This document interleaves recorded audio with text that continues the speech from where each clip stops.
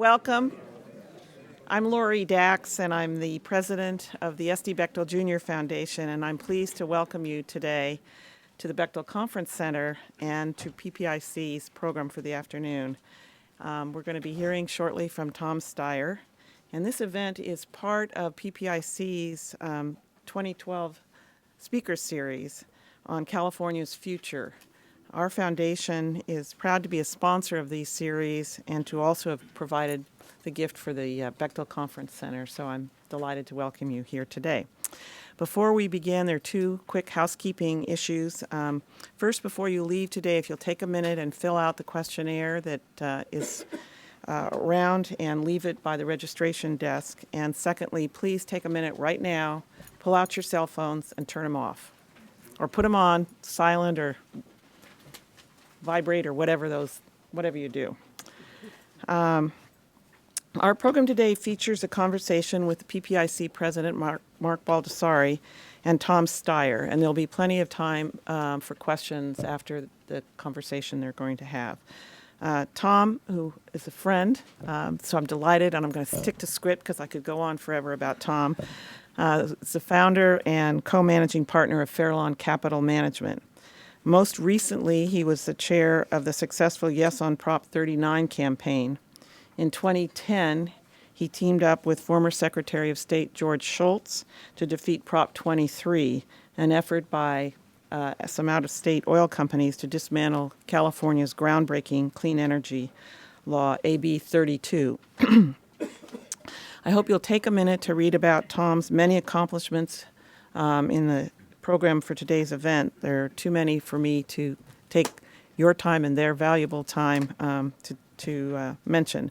So I'd just like to take this opportunity to again welcome all of you and to welcome Tom, and I'll now turn things over to Mark. Thank you very much, Lori. And Lori, thank you very much for your support for the speaker series this year. This is actually our last speaker series event of 2012. We're already planning for 2013.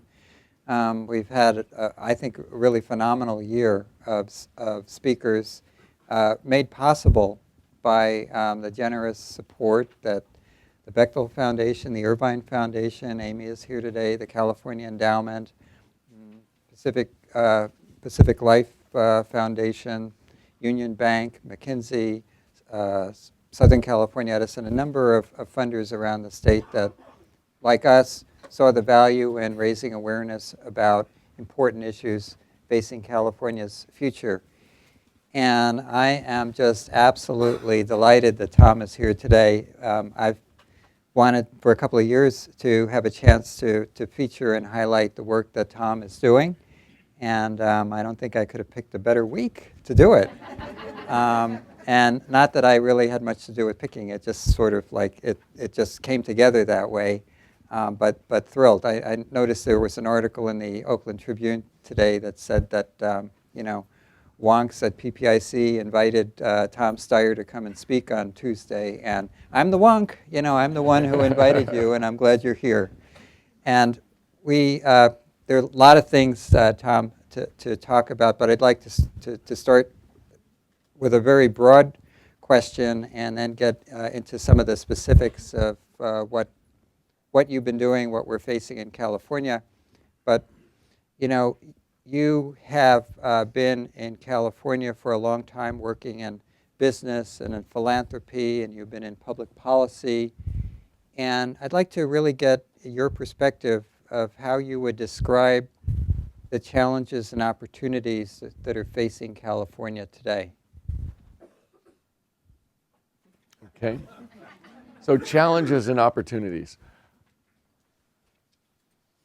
Well,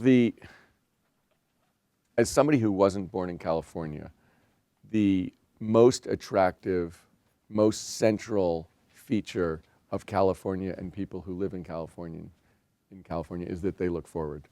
And it's really palpable when you're here as opposed to when you're in other parts of the United States, which is people here are always trying to think about the future. They're willing to do the next thing. They are very optimistic. They don't dwell on failure. And you've seen literally 150 years of people who are willing to take the next step, be open-minded, try really hard. And in fact, the whole idea of success here, the image of success in California is really different from the image of success in other parts of the United States. Because if you look at California, you think about what is a successful effort. It usually involves a small number of people going off by themselves and creating something new to solve a problem and change the world. And it's gone on for a really long period of time. And that's a really powerful message that I think everybody takes in here, which is that's how great things are done. It's not by joining a huge institution, high quality professional institution and working your way up. It's by really creating something new. And so when I think about the challenges and opportunities for California, we have a base and an attitude and a state that has incredible human and physical advantages. And I really feel as if in many ways we've seen that continue to be true even with our high unemployment rate and some statistics that imply we're not doing that well. And I think we all know them. They have to do with education and employment and some stuff that's very basic. The numbers aren't very good. But in back of that is a job and business growth, including over the last 5 to 10 years, when you look around the country and say what companies have done incredibly well, what areas have done incredibly well, what industries have done incredibly well, they're really places that California is still overwhelmingly leading. You know, if you look, I think the question is, why has there been this disconnect between the way we're relating, you know, to our government and the way we're relating, you know, in our private lives? And I think that there's no other way to put it. You know, I always tease the people back east that if they just look at what we're doing, we're still 10 years ahead of them. We went bankrupt 10 years before they went bankrupt. We had a 10% approval rate for the legislature before they had a 10% approval rate of the legislature. We had an inability to get, you know, we really had a partisan divide here 10 years before they had a partisan divide. So every time they ask me what's going to happen, I kind of go, you know, I actually know what's going to happen. You guys are very concerned. And they always think, he's kidding. But actually, I'm not kidding. So I also think we're going to lead the country out of this. You know, I think we're the biggest state. I think we have huge advantages. It's the state that I am, of course, live in and am passionate about. And I believe that we'll be the people who see out the other side of this, really what I think of as a fraying of the social compact, because that's really how I see it. It's kind of struggling to figure out how we're going to relate to each other and to the rest of society in terms of give and take. So what are some of the things that we need to do in California to ensure that we have a bright future here? Well, if you look back historically, I think the most obvious measure, and also probably one of the most important things going on, is how we're taking care of our young people. Because as an investor, I mean, we have offices on 5 continents, I think, 4. And so we see globalization. It's the overwhelming fact of my investing life for the last 27 years, is that every single day is more, the globe is smaller, it's more competitive, it's, you know, it's more intertwined than it was the day before, and that's just a fact. So when we think about our young people, they are inevitably going to be participating in a global economy. And that means they're going to be competing with very hardworking, you know, perfectly decent people from Peru, Southeast Asia, Southern Europe, and Africa. And those are people for whom a job that pays $1.50 an hour is terrific. And that's the truth. Whenever I travel, I try and ask what the people who are doing the lowest skilled labor are getting paid, just to have a sense in my head of what somebody in Lima gets paid for cleaning fish. And so when we think about our kids, it's inevitable that that world is going to go like this, and therefore we need to take care of them and prepare them for that world, which means education. And so when I think about what is going on in our state, if you're not going to be educated for this new world, if you're not going to be prepared for this world, it's not even a new world, it's here. then you're going to have a very, very tough time rising above what is this harsh, global reality. And so, when we think about what we need to do, obviously, we need to spend a lot of time looking out and saying what's going to make us successful, not tomorrow, what's not going to solve our budget problems in November of 2012, but what is going to make us successful as a group of people and a community in 2022. And what are we going to do to make sure that happens, and work back from there and say, okay, now we know what we need to do. And one of the things I would say is, we're going to, as a percentage of GDP, the state takes in about 15% less than it did for years. And in some way, shape, or form, that is going to get, that is reflected in the services that we deliver. So you got involved in Prop 39 this year, and I'd like to understand a little bit more, and maybe you can share with the rest of us here today. Why did you get involved in Prop 39 this year, and what does it mean that it passed last Tuesday? What comes out of it? Well, I would say, the argument on Prop 39 in terms of what we were trying to, if you have a proposition, you have to be able to express it in a very short way. Because particularly if you're Prop 39, so you're at the bottom of it ain't Prop 1. It ain't Prop 2. So you're at the bottom of the list.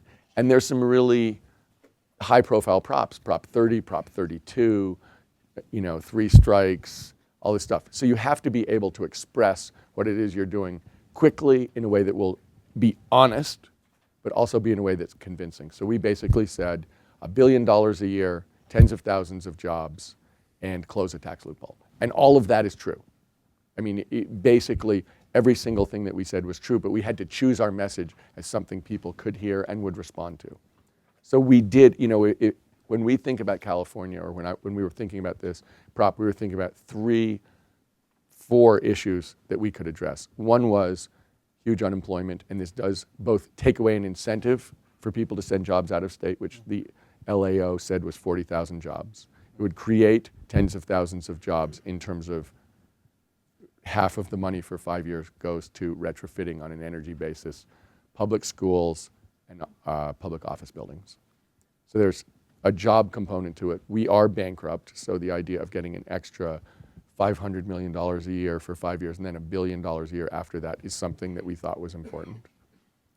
And we thought it was completely fair because we were asking out-of-state corporations to pay the exact same state income taxes on their California earnings that we pay, that Californian business people pay. So everything that we said was true.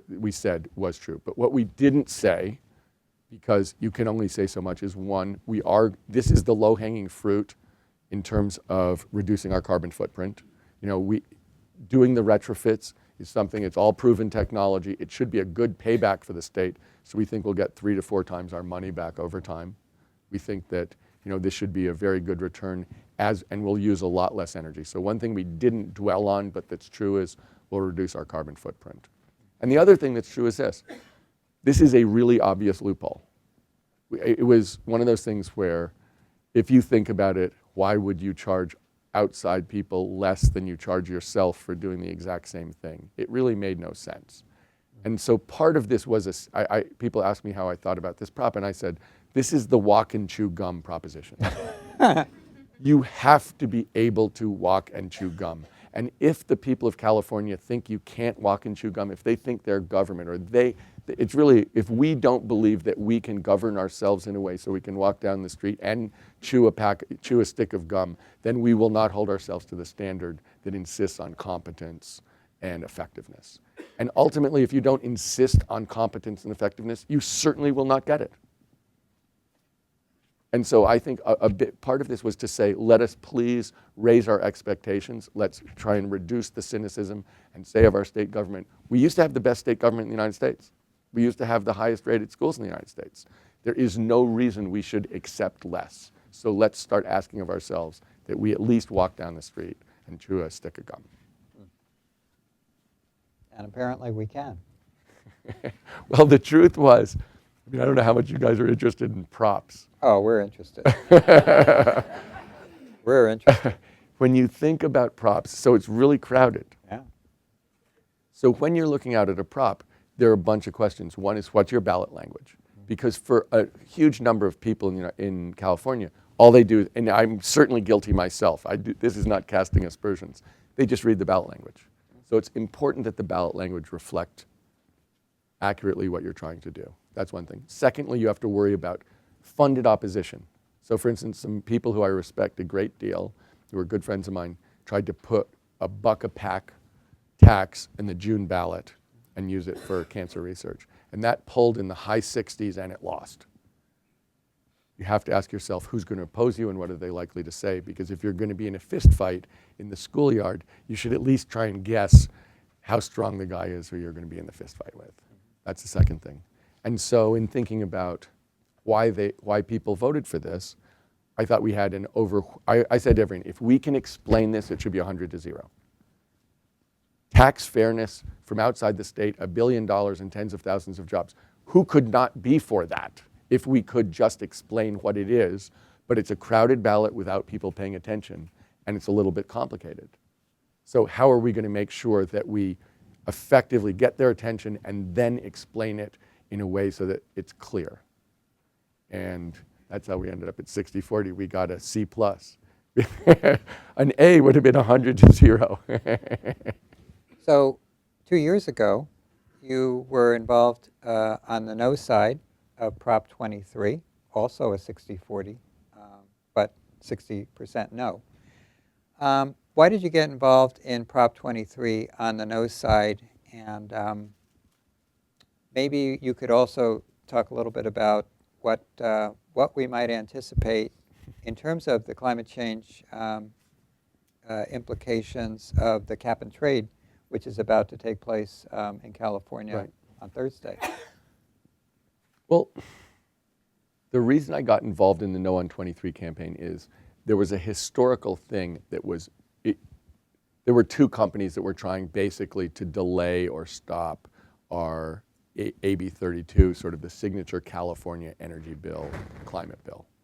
And they were out-of-state companies, but the previous big contest between environmentalists and businesses had gone entirely the business way. It was about an oil severance tax that probably most of the people here remember, and I think Steve Bing had put a ton of money into trying to pass an oil severance tax, and he'd spent a fortune and it didn't work out. And I think people felt as if in these fights between business and the environment, business will win, so getting involved in No on 23 was going to be a waste of money and a humiliating exercise. And the truth was, I didn't think so. And I thought, I'm the wrong person to do this, but someone should do this. Someone should take this on. And I had Lori is also a good friend of George Shultz. And George is a, extremely well-known Republican with a long history of public service. And he was willing to be a co-chair, so we did it together.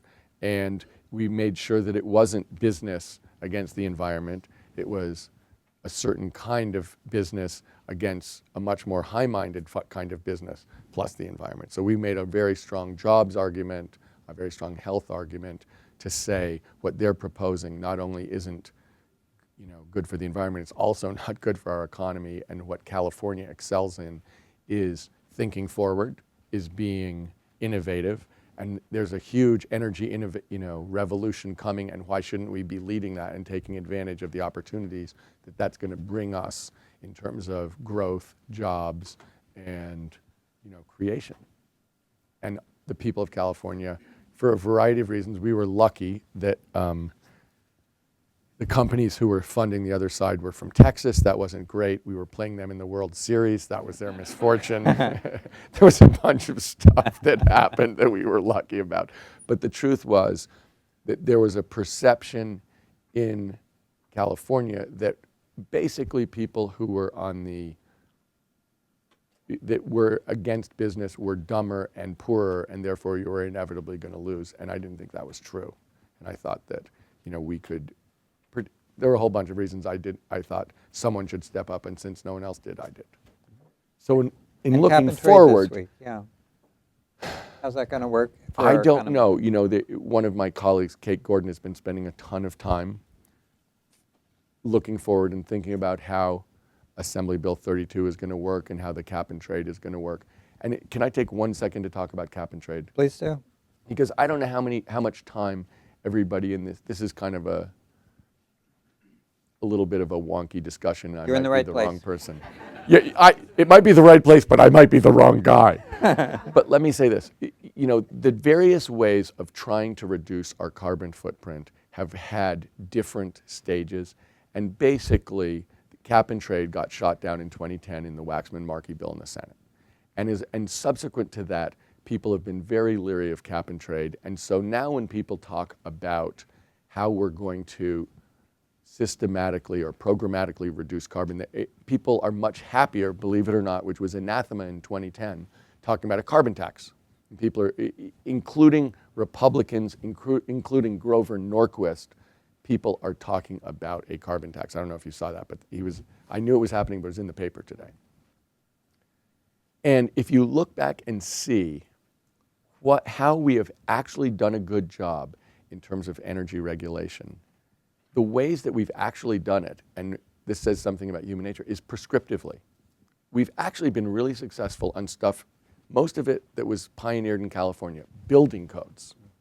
Really successful. That's something, it's prescriptive. It's basically, here are the rules, please obey the rules. Appliance regulations, you know, how much energy appliances are allowed, that's also a California innovation. That's something that's worked really well. So when I think about the difference between a cap and trade system, which is the thing that we're, you know, starting to actually do the auctions on Thursday, and about a carbon tax, which is everybody's idea du jour, and they're both designed to basically get us to a place where the market figures out the right way to allocate a limited amount of carbon output. That's the general concept. The issue is this. With a cap and trade, you basically start with the idea, this is how much carbon we're going to allow to be produced. You guys figure out how to pay for it. You guys figure out if you don't get some of that, what you do instead. That's a cap and trade system. A carbon tax is, if you produce, we're not going to say how much carbon, we're just going to tax every bit of carbon. So then all of a sudden you have a huge political question about how much to tax it. Because in a way, you know, it's sort of like a cigarette tax. You want people to smoke less, you raise the price, you tax the heck out of a pack of cigarettes. But if you only tax a pack of cigarettes 10 cents, you don't actually change behavior. So the issue about carbon tax is not just whether you have a carbon tax, but whether you have a carbon tax at a level that reduces carbon output sufficiently to get you to the place. So I know that everybody in DC is enamored of carbon tax, carbon tax, carbon tax. But the truth is what we put in, the more prescriptive way, is something that has worked very well in the past. It worked very well on the ozone when it was put in under a Republican administration, and a bunch of big companies innovated around it.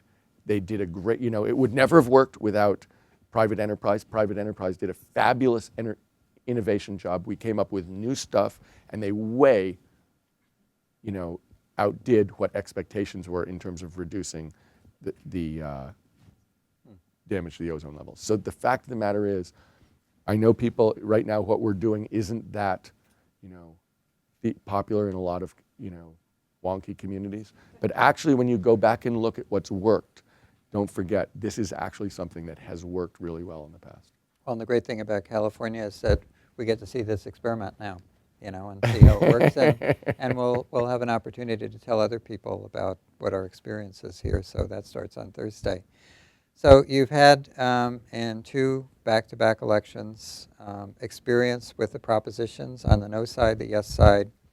What are your general impressions of the citizens' initiative process now? And do you have any ideas about how it might improve? What to do to improve it? Well, let me say this, and Mark and I talked about this a tiny bit beforehand. You know, I think California has been conducting this huge experiment in direct democracy for the last decade. I mean, if you think about what's been on the ballot, we've had death penalty, gay marriage, 3 strikes, tax rates, marijuana. You know, it's incredible.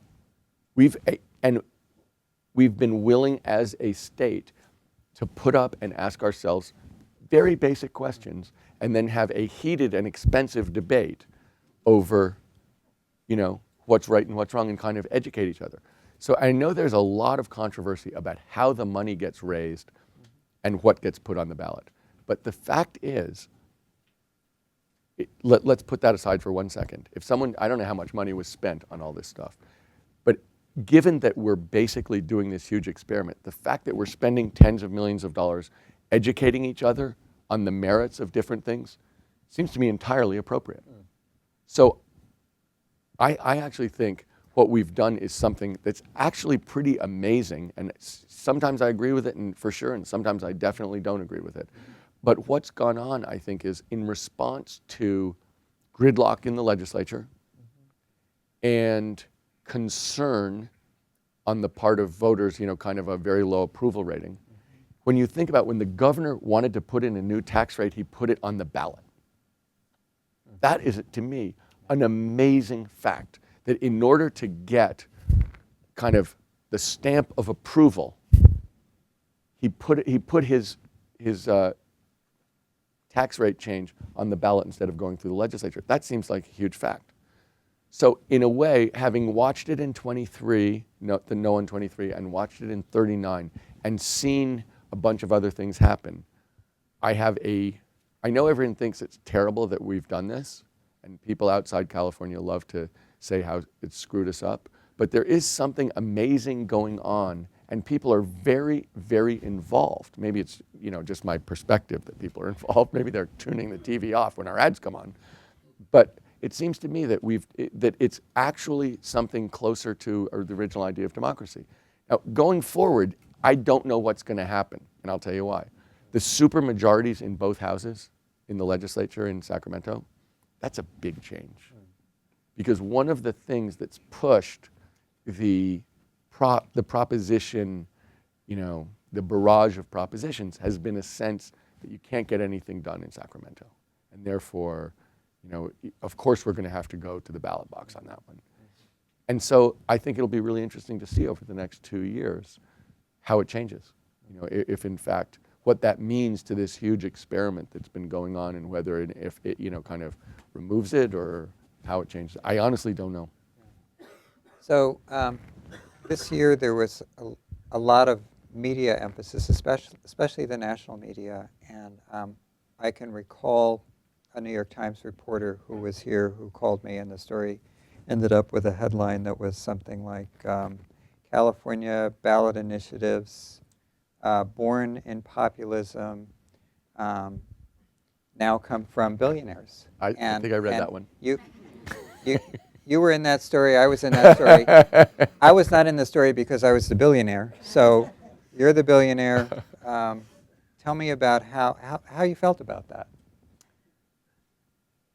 Well, it didn't bug me. But what I thought was, there's one part of it which I think is fair, which is what gets on the ballot. It's very expensive just to qualify an initiative. And so there was someone who was talking to me earlier, about a year ago, who was thinking about putting 5 initiatives or 6 initiatives on the ballot.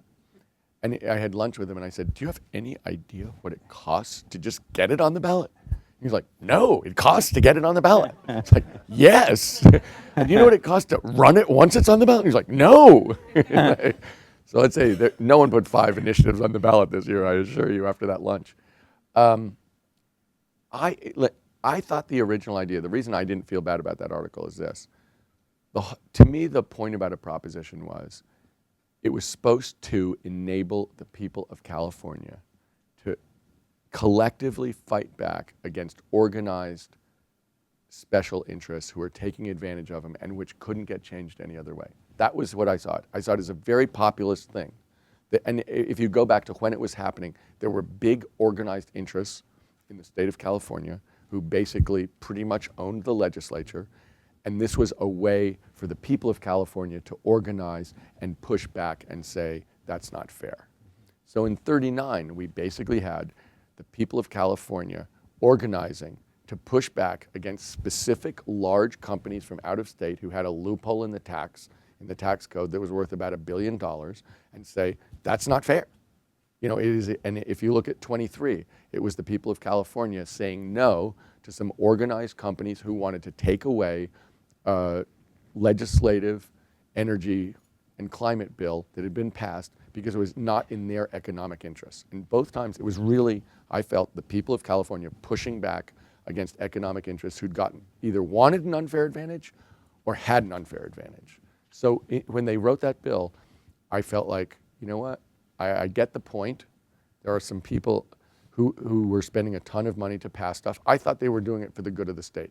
I didn't see anybody who was actually out there going, you know, pass this bill because I'm going to get rich. I saw some people out there who were saying, pass this bill because I actually believe this is the right thing. And I might agree with them or not. None of that bugged me. The thing that is unfair, I mean, you know, that I get the inequity of and I don't know what to do about it, is this.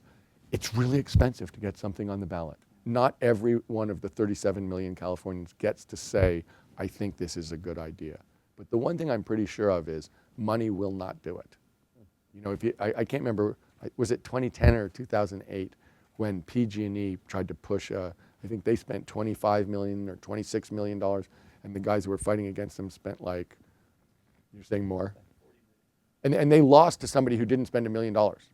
So it's not about, you know, when I was saying in the beginning, you have to have something that is a credible, good idea, because people want to vote no. So it's got to be a credible, good idea that can be explained and that someone can't basically chop your legs off and say, here's the problem with it, this is not true, or expose you for being a self-interested person or group. So I get the inequity of who gets a chance to push things. That's definitely true. But in the court of public opinion, money will, I think we saw this time, money will not buy you a victory. So the voters spoke last Tuesday, both in the state and nationally. What message do you think the voters sent?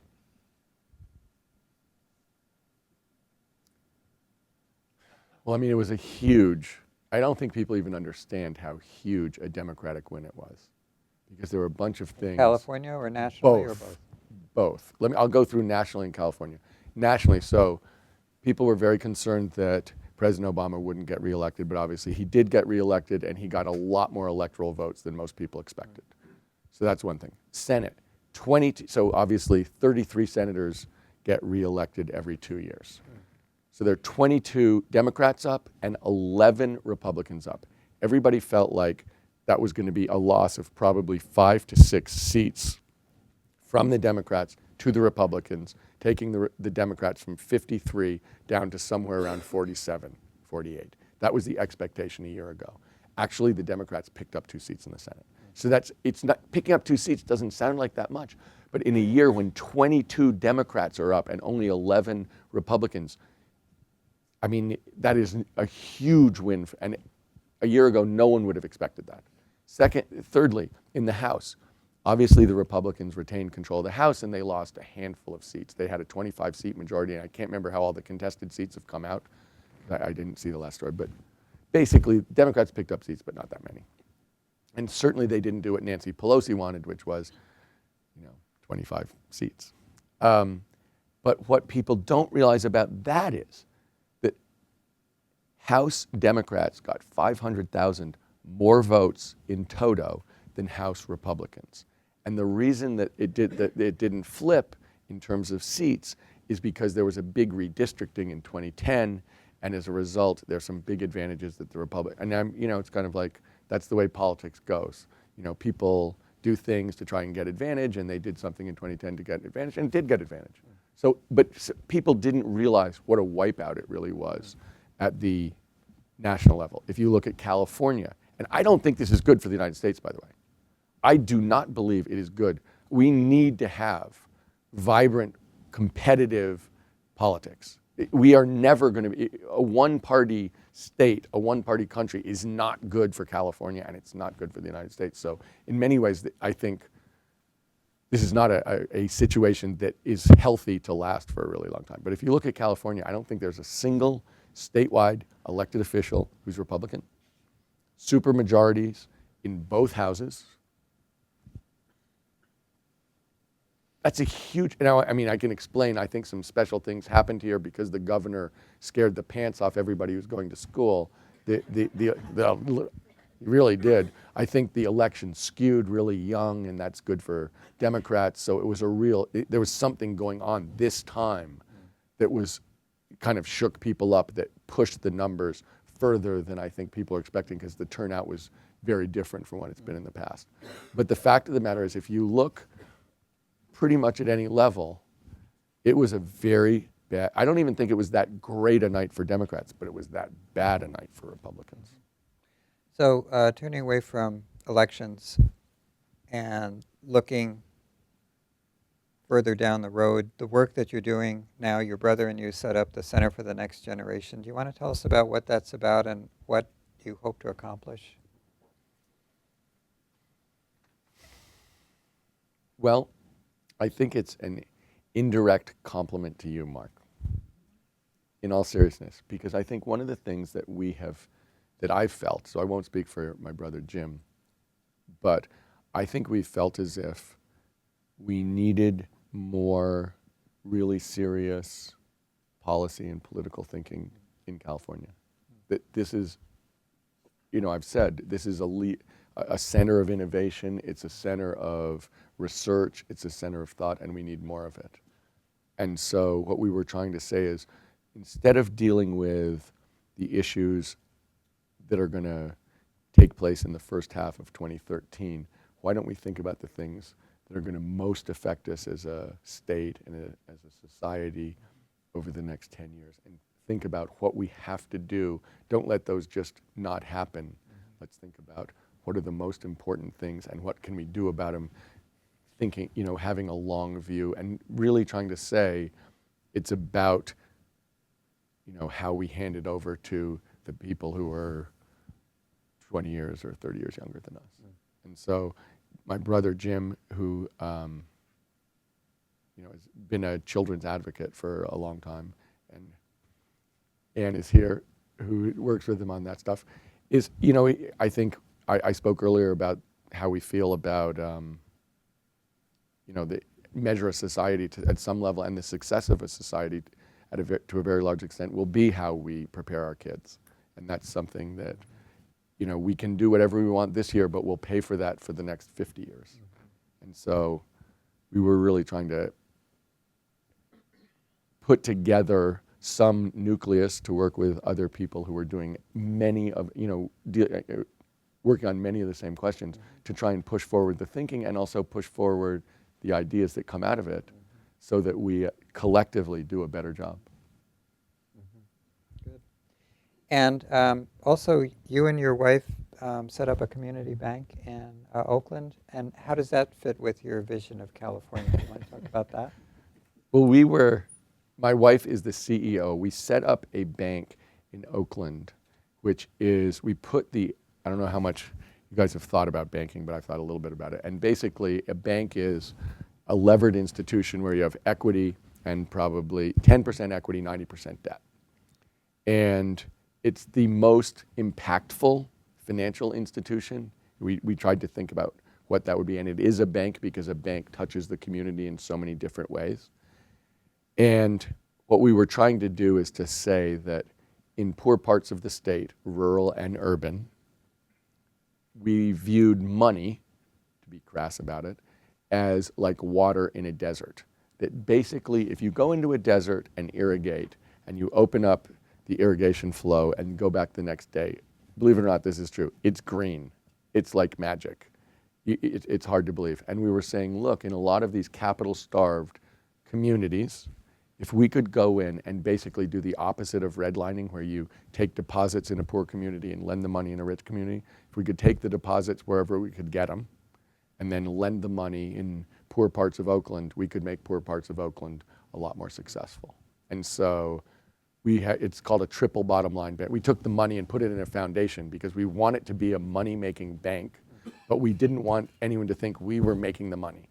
We wanted to make sure that if we made money in the bank, that would make the bank grow and we'd make more loans and we'd help the community more, but we didn't want people to think we were going to make loans to a church in East Oakland and take the money and spend it ourselves.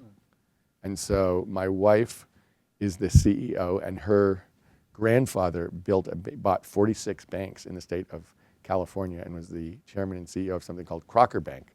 So we have bought 3 banks. I've told Catherine I know exactly the number we're going to end up buying. But the idea is both urban and rural, environmentally sensitive, social justice, being a key tenet. And she's, our last kid has left the house, and so Catherine has left the house also. That's great.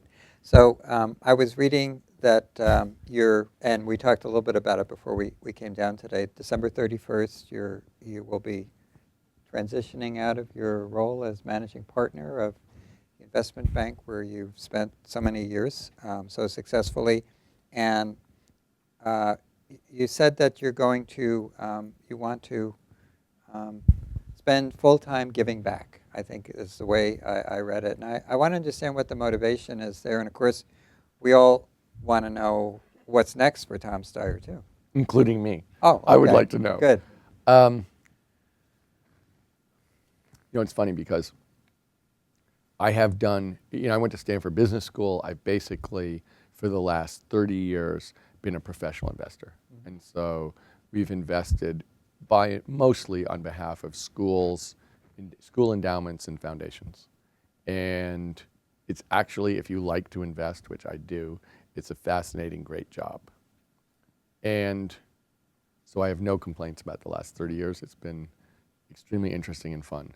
But I also have, I think, a drive to participate in my community. And, there's some things that I'm just totally wound up about. Obviously, if you've listened to me, I'm pretty wound up about California, mm-hmm. and I'm pretty wound up about energy and climate.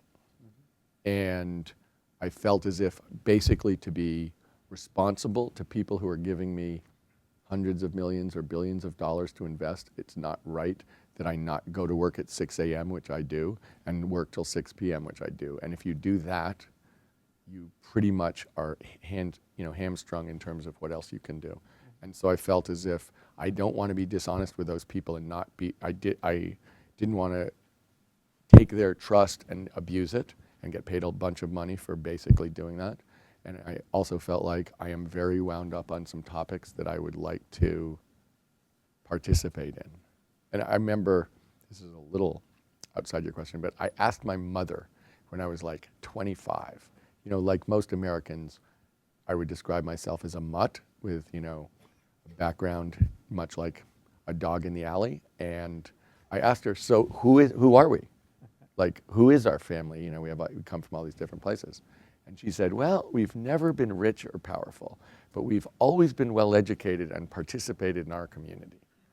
So that's really my motivation, is I want the time to be able to push hard on the things that I think will be super important for me and our family and everybody else in the community. And that's pretty much it is.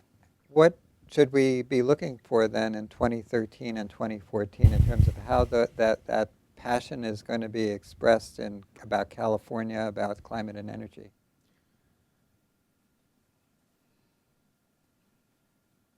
I don't know. Let me say this. I basically started my own business. I've been an entrepreneur and been self-employed for 27 years. So it doesn't seem strange to me to think about going into the California model I described of going into a room and trying to figure out what to do. You pretty much I always used to say at work, let's not remake the world.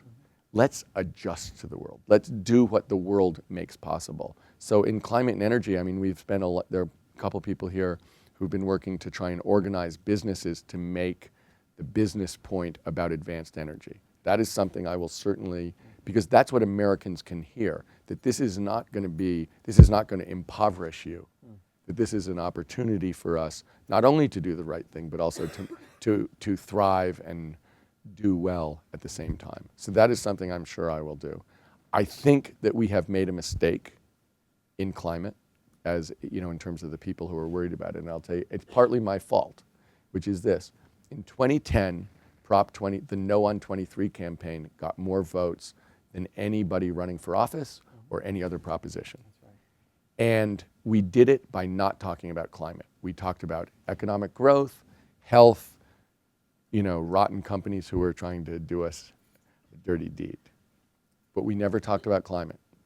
And at the same time, in 2010, very famously, and I think to the great disappointment of a lot of people, the climate bill failed in the Senate. And basically, I don't think people thought it was close, and I never really even thought it was that close. And as a result, people around the country took our tactic of what we knew would work here, which was jobs, health, bad companies, and took it around the country. And as a result, the people who had been leading the charge on climate stopped talking about it because they thought it didn't poll. And they're right, in certain circumstances it doesn't poll.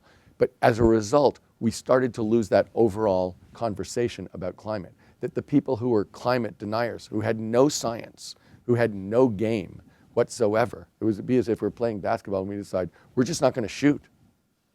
And the other team is no good, but they occasionally shoot, and by chance one goes in and they're up. We basically, as a society, pulled away from that, including the people who'd been most successful on it, who'd been most aggressive on it, and for whom it's right in their wheelhouse. And I think that's going to have to change. I don't see how, given the urgency of the issue, we don't get back to a straightforward and, if necessary, direct disagreement on this with people who basically have no science and can't shoot a jump shot. So that's something else that's going to happen at some level. And I think in California, it really remains to be seen, because a lot changed on November 6th. A lot changed. And so, I really feel as if I want to participate in something real, not something cooked up without regards to what's really happening. And I think it'll be very interesting to see what happens going forward, and whether in fact, California is, I know I'll be involved in trying to do a good implementation of 39, because we basically asked for people's trust and they gave it to us. And now it's important that we, just the way I was saying, I'm not going to abuse the trust of our investors. I don't want to abuse the trust of Californians. We asked for the money to do this, and we're going to push that it get used well in a way that's good for people and that's a good investment for the state. Thanks. I want to give a chance for people in the audience to ask a question. One thing that I want to say, Tom, is that first of all, really appreciate the frank and honest and direct exchange that we've had here. And Tom, I can only imagine what full-time giving back will mean, given what we've seen with the part-time giving back over the last few years. So I'm looking forward to that, whatever form it might take. Up until November 6th, I was very content to say absolutely not. Honestly, I think I'm pretty sure that Governor Brown is going to spend the next 2 years trying to figure out how to use 30 really effectively. I think he's, going to be pushing really hard. And the short answer is, I really have only done stuff when I thought there was something really dreadfully wrong. And I think, in all fairness, I would only do that if I thought there was something really dreadfully wrong and there wasn't somebody who was absolutely positioned to fix it. Peter? I appreciate it. Even as an old cynic, you've shaken me up a little bit. But I have a question. You're concerned about the future and about kids. How do you address the issue that the voters are still overwhelmingly white and older, and the kids are brown and younger, and to what extent you regenerate interest of that older generation in supporting the education of those kids? Well, I think your question really gets to the whole concept of social compact. I mean, no doubt about it, because you're really asking why someone would feel part of a society if they aren't from the same ethnic group and they can't see themselves in the future. So first of all, let me say this. I hope and I believe that we've moved past the racial part of that. I take your point, but I believe that California, we have a very pluralistic society at this point. We have a multi-ethnic society. I actually think that's a wonderful part of California, and I really believe that the racial part of that will not be the thing that stops us. I do think that there's a fight for resources in our society. And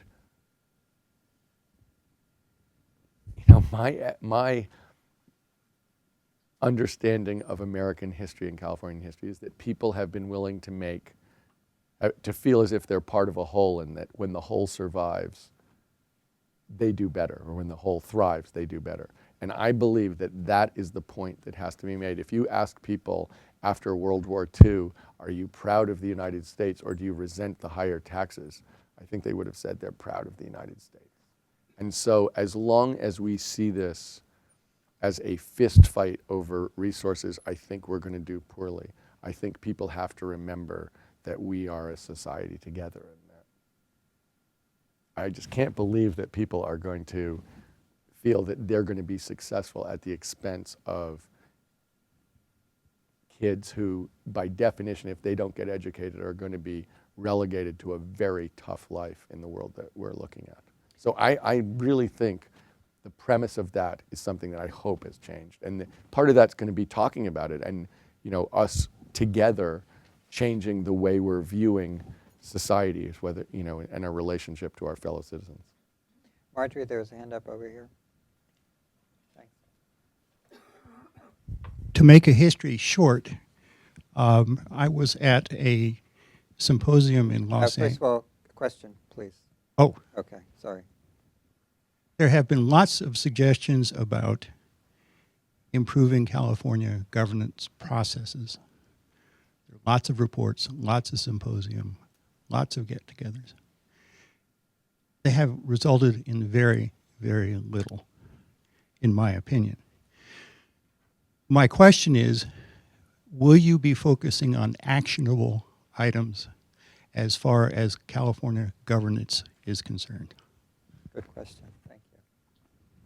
Well, I've thought about what will make people change.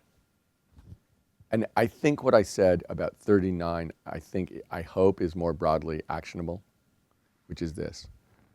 I think that Californians are extremely, I mean, the polls say this, are extremely cynical about our government, our state government. And the way that they will be less cynical is by results. So to me, the whole point about 39 was results. Let's change something that's just crazy, that implies, as long as it's there, that we're just stupid. So let's do some things, let's change the things that by their very existence imply that we're stupid, and let's get some confidence in ourselves to be intelligent and competent. So when you're asking, that's actually the method that I think will work, as opposed to, I've seen all the extremely complicated charts about how we're going to do stuff, but really what I would like to do is do stuff, actually get things done that imply we know how to get things done. And then once you've done that, you may have some credibility in terms of talking about process and organization. Andrew, a question over here. A question that you touched on is, how does somebody who does care deeply about the future of this state but doesn't have 7 figures to make an impact, how can they, that's the barrier, I think, illustrated by over 30,000 people applied for 14 commission members for the redistricting commission. Most people don't know how they can make an impact. Well, let me say this. I do think that that's true, and but on the Saturday before November 6th, I was in Oakland and I went to this luncheon for a group of people from a construction union, and I think it's called Liuna, but they were basically organized and going door to door on Saturday and Sunday and leafleting, and then working on get out the vote on Tuesday. And it was one of the most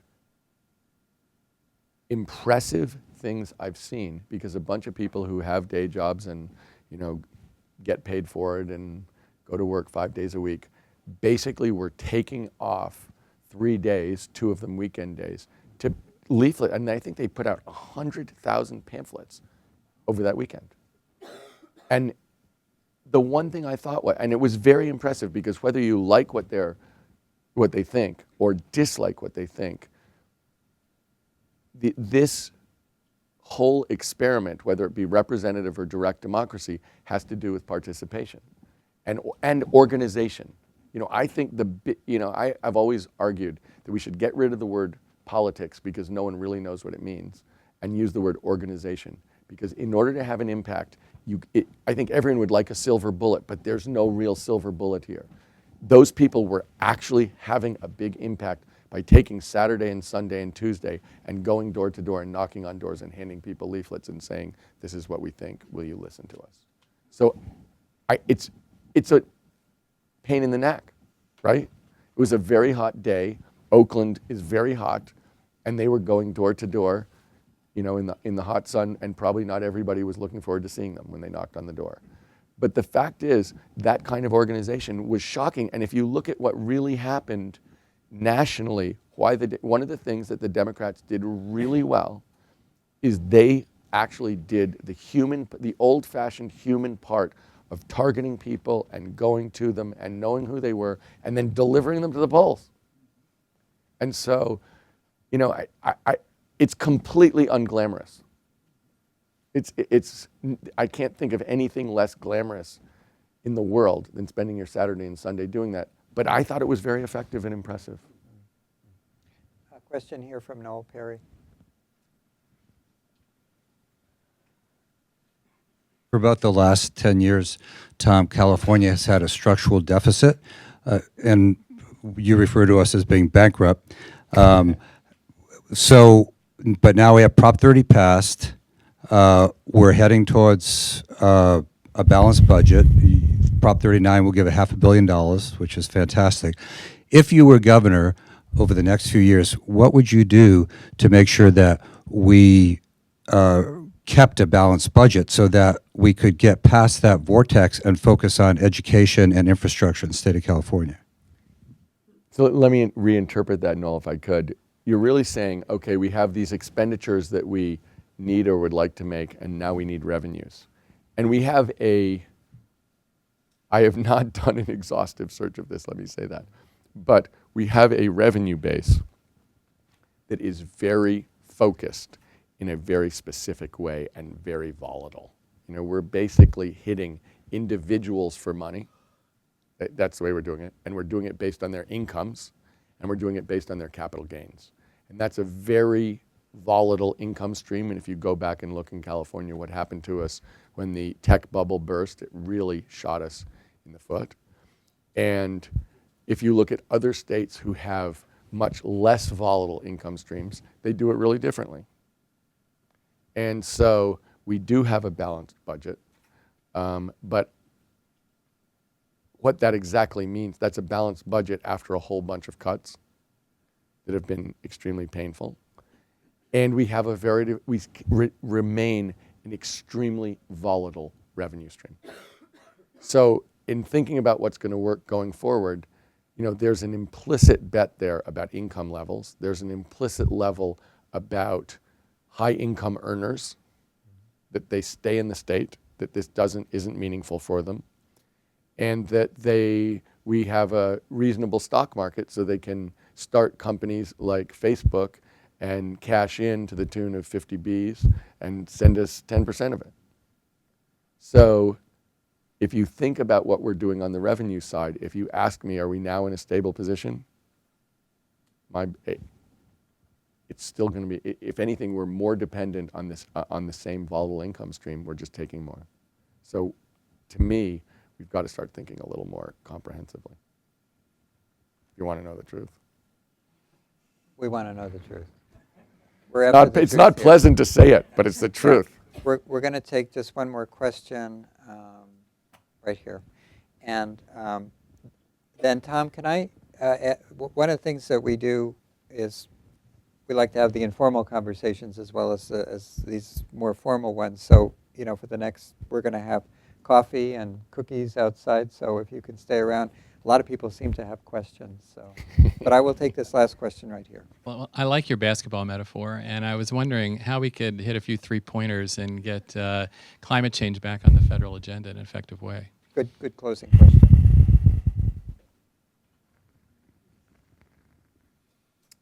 Well, to me, the issue and a bunch of the people in the room know this is true.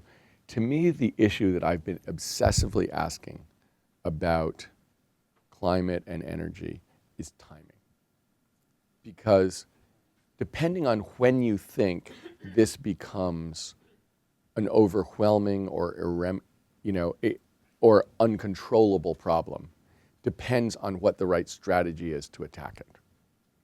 So for instance, if you think that we have until 2050 to take care of this, so that's what, 38 years, then I think for most people, once you start thinking about that as the time frame, then we can do a whole bunch of incremental things. The United States is actually not doing a terrible job in terms of carbon emissions. And basically it moves down the rank in terms of what is the urgent problem in the United States. If you think that it's a 10-year problem, that after 10 years this thing is just wildly out of control, you're going to take a completely different strategy. Because at that point you have to do something much more drastic, you have to move much more quickly, and you're probably going to it's going to be much more confrontational. So I think that the fair question to ask in terms of how do you move it up is you have to ask what's the appropriate level of urgency. And I think that if you go and ask that question, the measure that everybody uses, which I find a little bit difficult in the United States of America because it's virtually meaningless, is 2 degrees Celsius. Now, no one in the United States uses Celsius. No one knows what Celsius is. We think we know what 2 degrees is, but it's not 2 degrees Fahrenheit. It's 3 degrees.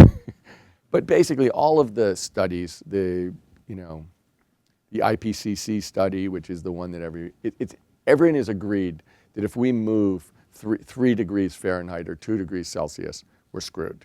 Because it's not linear. All kinds of things start to happen. And the thing I like to remember about this is, it's not like if you go from 1 to 2, the same thing happens when you go from 0 to 1. It's really complicated, and that makes a whole bunch of other things happen that then feed back in, and you start to get into this place you really don't want to be. But if you use the number that the IPCC uses, and everyone agrees, it may be too much, but it's certainly not too little. At the rate that the world is moving, we get there in 15 years. That's the number. It's not a hard mathematical calculation. You just extrapolate carbon usage, where we're going and the rate of carbon usage, and if we keep improving as much and grow as a globe and growing as much as a globe, we get to the place that people describe as the point of no return in 15 years. So when you ask how do you get this moved up the agenda, become a serious conversation, a point, there's no way to do this, in my opinion, without urgency. Unless people understand that we don't have to 2050. People talk about, I remember, a lot of people will say the following thing, and they will say it absolutely seriously, which is that in 2050, we will use the same percentage of the different sources of energy in the United States as we use now. That basically coal, oil, natural gas, renewables, it's all going to be pretty much the same percentages. And when you look at the numbers, renewables is really small. But that seems to me to be completely impossible. There's only 2 possibilities under which that would be. 2 possibilities. One is that's true because the climate scientists are wrong. They actually don't know what they're talking about. And so, what the heck? We're fine. Or 2, 97% of the scientists who are absolutely sure that this is true are right, in which case we're definitely changing the way we're doing this. We're definitely doing it. We're just doing it under complete duress. And it's extremely expensive, and bad stuff happens. And the only thing we respond to is, people have gone, many of the people who I consider to be the most, quote unquote, conservative on this, first said it's not getting warmer, or it's not man-made. And now they're saying it is getting warmer, it is man-made, but there's nothing we can do about it, so we got to keep doing the same stuff. It's kind of like they did this complete flip-flop in a second from denying it to denying there's anything we can do about it. So I think the only way is, to me, the issue is urgency, how do we make the point on timing, and agency, what can we do about it? Because we have to make the point that we're trying to make. This is not a disaster economically if we do it right. This is an opportunity economically if we do it right. So let's do it right. Okay. So Tom.